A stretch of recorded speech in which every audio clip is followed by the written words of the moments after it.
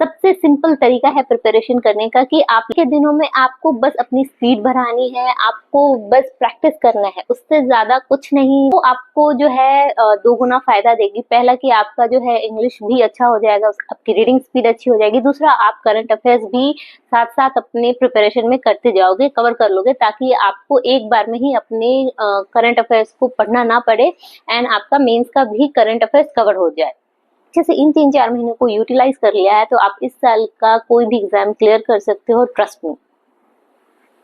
पता है सबसे टॉक्सिक ट्रेट क्या होती है एस्पिरेंट्स की? कि वो नोटिफिकेशन का वेट करते हैं। एसबीआई का नोटिफिकेशन कब आएगा, आरबीआई का नोटिफिकेशन कब आएगा, इस एग्जाम का नोटिफिकेशन कब आएगा, उस एग्जाम का नोटिफिकेशन कब आएगा। बट तुम्हें सच में अगर इस साल एग्जाम देना है तो क्यों किसी नोटिफिकेशन का वेट कर रहे हो? तुम अपनी प्रिपरेशन स्टार्ट करो। नोटिफिकेशन तो आज आ जाएगा या फिर कल आ जाएगा या परसों आ जाएगा। हमेशा कोई ना कोई एग्जाम का जो नोटिफिकेशन है आते ही रहता है। अगर तुम्हें एग्जाम देना है तो क्यों वेट कर रहे हो किसी नोटिफिकेशन का? अपनी प्रिपरेशन जो है स्टार्ट करो। अगर तुमने अपनी प्रिपरेशन टाइम से स्टार्ट नहीं की तो फिर कैसे तुम उस एग्जाम को क्लियर कर पाओगे? तो बहुत सारे एस्पिरेंट्स हमेशा कमेंट करके पूछते हैं कि मैम इस साल इस एग्जाम का नोटिफिकेशन आएगा क्या, मैं इस एग्जाम के लिए प्रिपेयर कर रहा हूँ, इस एग्जाम का नोटिफिकेशन कब आएगा, मैं कैसे प्रिपेयर करूँ? तो बस सिर्फ और सिर्फ वो प्रोक्रेस्टिनेट ही करते रह जाते हैं कि ये नोटिफिकेशन आएगा तो मैं प्रिपरेशन स्टार्ट करूंगा एंड देन मैं वो एग्जाम क्लियर कर पाऊंगा। बट टू बी फ्रैंक, अगर तुम्हारे पास सिर्फ 50 या 60 दिन है प्रिपरेशन के लिए तो उस 50-60 दिन में आप कभी भी किसी भी एग्जाम को क्लियर नहीं कर पाओगे। अगर आपने अपनी प्रिपरेशन आज से स्टार्ट नहीं करी है देन आगे आने वाले 3-4 महीने में जितने भी एग्जाम्स होंगे उनमें से कोई भी आपका क्लियर नहीं हो पाएगा, क्योंकि आपने अभी तक अपनी प्रिपरेशन स्टार्ट ही नहीं करी है। जब तक आप अपनी प्रिपरेशन को अच्छा टाइम नहीं दोगे, अच्छे से प्रिपेयर नहीं करोगे, अच्छे से प्रैक्टिस नहीं करोगे क्वेश्चंस को, तो आप कैसे किसी भी एग्जाम को क्लियर कर पाओगे? एंड बिलीव मी, मैं ये बात अपने एक्सपीरियंस से बता रही हूँ कि अगर आपने अपनी तैयारी अच्छे से 3 से 6 महीने लगा के करी है तो आप कोई भी एग्जाम क्लियर कर सकते हो, चाहे वो एसबीआई क्लर्क हो, आईबीपीएस क्लर्क हो, SBI PO, IBPS PO, RBI grade B, कोई भी एग्जाम है आप उसे क्लियर कर सकते हो।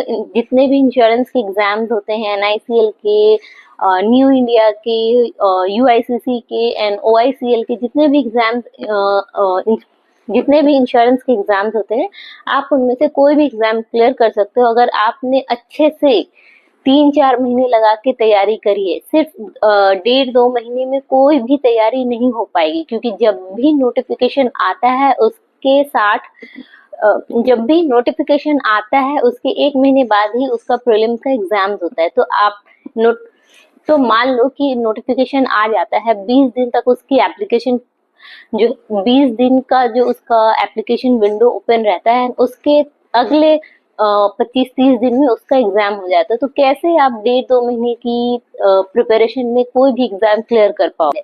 तो क्यों नहीं हम अपना जो टाइम है इस प्रिपरेशन को दे, रेदर देन कि हम ये सोचते रहे कि कौन से एग्जाम का नोटिफिकेशन आएगा और कब आएगा।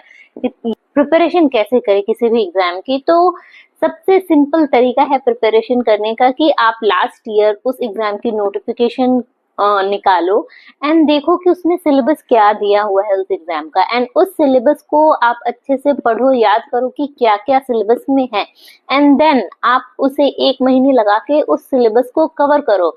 एंड ट्रस्ट मी, जो बैंकिंग के सिलेबस हैं उन्हें उसे कवर करने में आपको ज्यादा टाइम नहीं लगेगा। 1 महीना काफी है उस सिलेबस का बेसिक्स समझने में। आप कोई भी यूट्यूब चैनल से इनके बेसिक्स सीख सकते हो। हर टॉपिक को आप हर दिन यूट्यूब से पढ़ाई कर सकते हो एंड एक दिन में आप एक टॉपिक कवर कर सकते हो। तो आपका जो सिलेबस है वो 1 महीने में कवर हो जाएगा, मैथ्स का, रीजनिंग का एंड इंग्लिश का। अगर अपने पूरे मन से पढ़ाई करेंगे तो सिर्फ 30 दिन में आपका जो है सिलेबस कवर हो जाएगा बैंकिंग का, एंड बाकी के दिनों में आपको बस अपनी स्पीड बढ़ानी है, आपको बस प्रैक्टिस करना है। उससे ज्यादा कुछ नहीं लगता है बैंकिंग एग्जाम्स को क्लियर करने में। सिर्फ और सिर्फ स्पीड एंड एक्यूरेसी मैटर करती है। अगर आपका कॉन्सेप्ट क्लियर है देन स्पीड एंड एक्यूरेसी को ठीक करके आप कोई भी बैंक एग्जाम क्लियर कर सकते हो।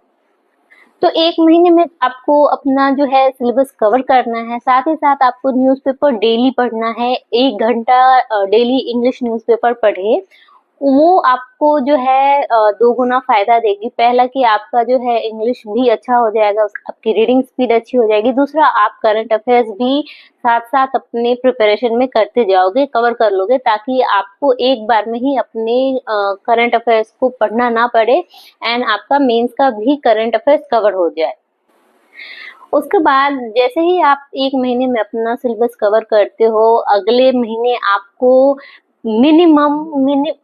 अगले महीने आपको मिनिमम 5 प्रीलिम्स के एग्जाम देने हैं हफ्ते में एंड 1 मेंस का एग्जाम देना है। यानी कि हफ्ते में आपको 5 प्रीलिम्स और एक मेंस का एग्जाम देना है, ताकि आपकी प्रैक्टिस अच्छी हो, क्योंकि एंड मिनिमम आपको 5 प्रीलिम्स का एग्जाम देना है हफ्ते में और 1 मेंस का एग्जाम देना है। And trust me, I can bet you कि अगर आपने अच्छे से इन 3-4 महीने को यूटिलाइज कर लिया है तो आप इस साल का कोई भी एग्जाम क्लियर कर सकते हो, ट्रस्ट मी।